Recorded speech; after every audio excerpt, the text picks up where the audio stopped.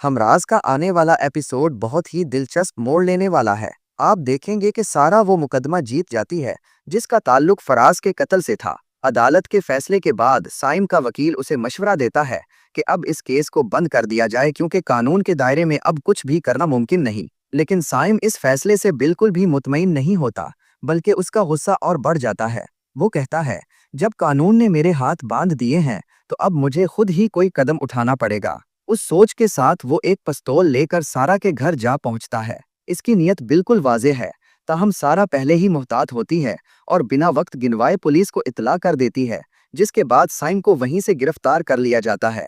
इस सब के बाद साइम अपनी माँ से अपने दिल का हाल बयान करता है और अपनी टूटी हुई हिम्मत का इजहार करता है, जबकि उसकी माँ हैरत से उसे देखती है कि वो किस रास्ते पर जा रहा है। दूसरी तरफ सारा अपनी माँ से कहती है कि वो साइम की माँ से बात करे। सारा चाहती है कि साइम की माँ अपने बेटे को समझाए, क्योंकि साइम की ये हरकतें उसकी शादीशुदा जिंदगी को मुतासिर कर रही है। लेकिन सारा को ये इल्म नहीं होता कि साइम की माँ भी यही चाहती है कि फराज के कातिल को सख्त से सख्त सजा मिले, जो ये जाहिर करता है कि वो भी साइम की सोच को गलत नहीं समझती। सारा का बाप अपनी बेटी को तसल्ली देता है और उसे यकीन दिलाता है कि अब साइम पुलिस की हिरासत में है और वो इसे मजीद नुकसान नहीं पहुंचा सकेगा। इन तमाम वाकयात के बाद सारा और एमर की जिंदगी में एक बार फिर सुकून लूटने लगता है।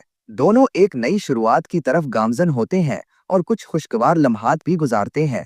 लेकिन कहानी यहीं खत्म नहीं होती, क्योंकि अभी ये वाज़ेह नहीं है कि क्या साइम वाकई इनकी जिंदगियों से जा चुका है या वो दोबारा किसी नए तूफान की सूरत में लौटेगा। कहानी इस मकाम पर आ पहुंची है जहां हर किरदार का अगला कदम बहुत अहम है और नाजरीन को जानने की शदीद ख्वाहिश है कि आगे क्या होने वाला है।